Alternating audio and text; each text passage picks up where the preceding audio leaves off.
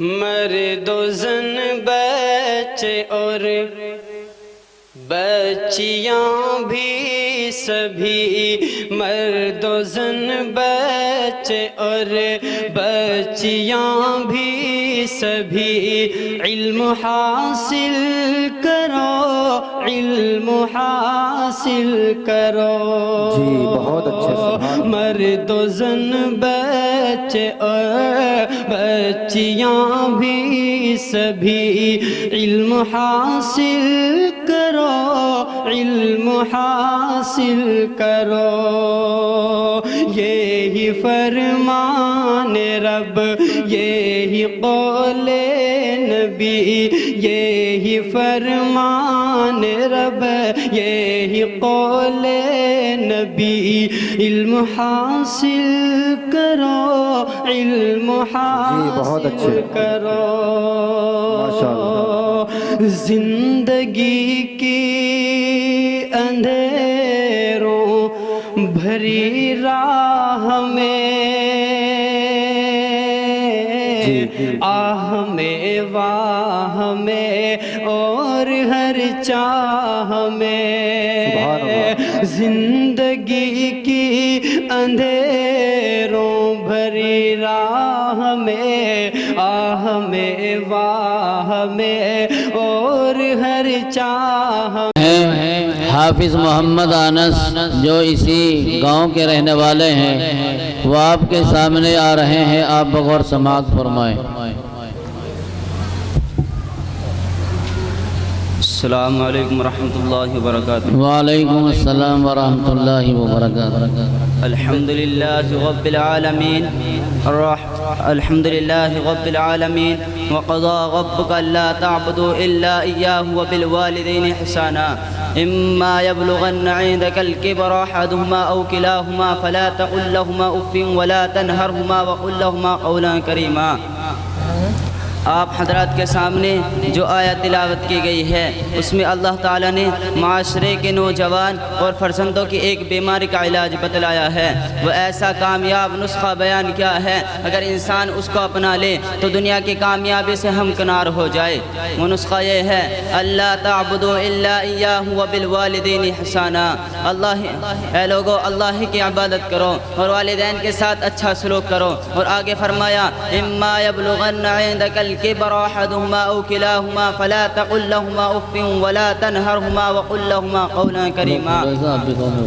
اگر تیری موجودگی میں ان میں سے ایک یا دونوں بڑھاپے کو پہنچ جائیں تو ان کے آگے اف تک نہ کہنا، نہ ان کو ڈانٹ ڈھپٹ کرنا، بلکہ ان کے ساتھ ادب اور احترام کے ساتھ بات چیت کرنا۔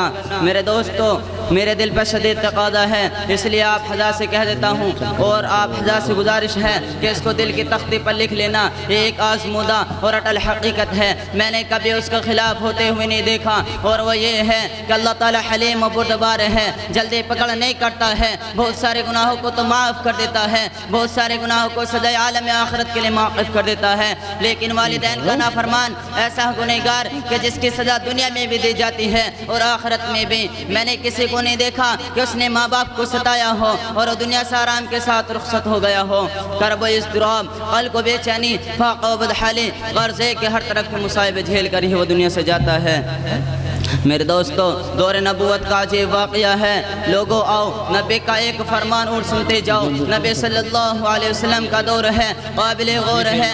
ایک بیٹا اپنے باپ کی خدمت میں آتا ہے، کہتا ہے، ابا جان یہ کچھ گندم ہے، یہ کچھ اجناس ہیں، یہ کچھ چیزیں ہیں، یہ محفوظ رکھو، تجارت کے لیے جا رہا ہوں، یہ میری امانت رکھو، 2 سال تک میں آ جاؤں گا، آپ سے امانت لوں گا۔ اس کے جانے کے بعد باپ بیمار ہو گیا، آمدنی ختم ہو گئی، کچھ پریشانی آ گئی، بیٹے کا مال استعمال کرنا شروع کر دیا۔ 2 سال بھی گزر گئے، مال بھی ختم ہو گیا، بیٹا بھی واپس آ گیا۔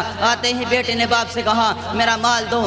باپ نے جواب دیا، بیٹا اب تک تو میں نے تیری پرورش کی، اب میں کمائی کرنے کے قابل نہیں رہا، کچھ حالات ایسے ہوئے میں نے تیرے مال کو استعمال کر لیا۔ بیٹا باپ سے جھگڑ پڑا، بگڑ گیا کہ تو نے میرا مال ضائع کیوں کیا، میرا مال ادا کرو۔ باپ نے کہا جلدی نہ کرو، نبوت کا دروازہ کھلا ہوا ہے، نبی صلی اللہ علیہ وسلم سے فیصلہ کرا لو۔ اب بیٹا حضور صلی اللہ علیہ وسلم کے دربار میں گیا، باپ نے دیکھا کہ بیٹا دربار نبوت میں جا رہا ہے، آقا مسجد میں ہے، چاند ستاروں میں ہے، محمد اپنے پیاروں میں ہے، سبحان اللہ۔ بیٹا آیا، بات مختصر کر رہا ہوں، اس کو خطاب کے انداز میں لے جا رہا ہوں۔ آقا نے معلوم کیا بیٹا کیا بات ہے، لڑکے نے جواب دیا، حضرت میں نے ابا کو کچھ سامان دیا تھا، اس نے خرچ کر دیا، اب ابا سے میں مانگتا ہوں، ابا کے پاس کچھ نہیں رہا۔ کہتا ہے حضور صلی اللہ علیہ وسلم سے پوچھو، جو مصطفیٰ فیصلے کرے مجھے منظور ہے۔ حدیث میں آتا ہے بیٹا مصطفیٰ کے پاس گیا اور باپ خدا کے پاس گیا، باپ نے مسجد میں سجدہ کر کے کہا، اے رزاق، اے خالق، یہ زندگی دی تھی کہ بیٹے کا محتاج بنا دیا، یا اللہ خزانہ تیرے قبضے میں ہے، کوئی ایسا فیصلہ کرنا کہ میری دنیا بھی بن جائے اور آخرت بھی بن جائے۔ اللہ کا حکم لے کر جبرائیل آ گئے، حضرت جبرائیل اترتے ہیں، کہتے ہیں کہ محبوب خیال کرنا یہ آپ کے پاس بعد میں پہنچا ہے، بوڑھے باپ کے آنسو عرش پہ پہلے پہنچ چکے ہیں، عرش والے نے مجھے بھیجا ہے کہ میرے محبوب کو کہو کہ فیصلہ ایسا کرنا کہ میرے بوڑھے سفید داڑھی والے بندے کے دل شکنی نہ ہو۔ حضور صلی اللہ علیہ وسلم کے بغیر فیصلہ نہیں فرماتے تھے، وَمَا يَنطِقُ عَنِ الْهَوَىٰ إِنْ هُوَ إِلَّا وَحْيٌ يُوحَىٰ۔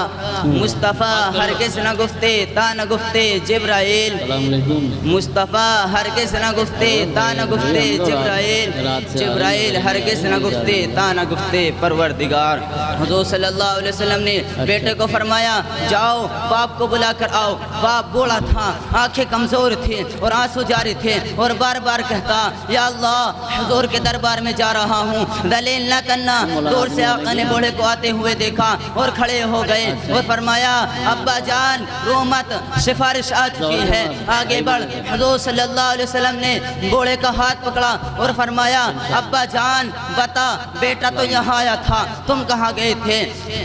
اس وقت بوڑھے نے فرمایا، حضرت میں نے ابا کو، حضرت میں نے سوچا کملی والا تو شفیق ہے، شاید فیصلہ بیٹے کے حق میں کر دے گا، شفیق ہے شاید فیصلہ بیٹے کے حق میں کر دے گا، نبوت کا فیصلہ آخری ہوتا ہے۔ یا آپ کے دربار میں آیا، میں اللہ کے دربار میں گیا، میں نے اللہ سے کہا، اے اللہ بوڑھا تو نے بنا دیا اور محتاج بھی کر دیا، یا الہی کوئی ایسا فیصلہ کرنا کہ میری پریشانی ختم ہو جائے۔ حضور صلی اللہ علیہ وسلم نے بیٹے کا ہاتھ پکڑا اور فرمایا، انت و مالک لابیک، تو اور تیرا مال تیرے باپ کے لیے ہے۔ ایک شخص نے رحمت للعالمین صلی اللہ علیہ وسلم سے عرض کیا، ما حق الوالدین، والدین کا حق کیا ہے؟ اس وقت نبی صلی اللہ علیہ وسلم نے فرمایا تھا، ہما جنتک و نارک، وہی تیری جنت ہے وہی تیری دوزخ ہے۔ یا الہی آسیہ سے کبھی ہم نے کنارہ نہ کیا، یا الہی آسیہ سے کبھی ہم نے کنارہ نہ کیا، پر دل آزردہ تو نے ہمارا نہ کیا، ہم نے تو جہنم کے بہت کی تدبیریں لیکن تیری رحمت نے گوارا نہ کیا، وما علینا الا البلاغ۔ حافظ محمد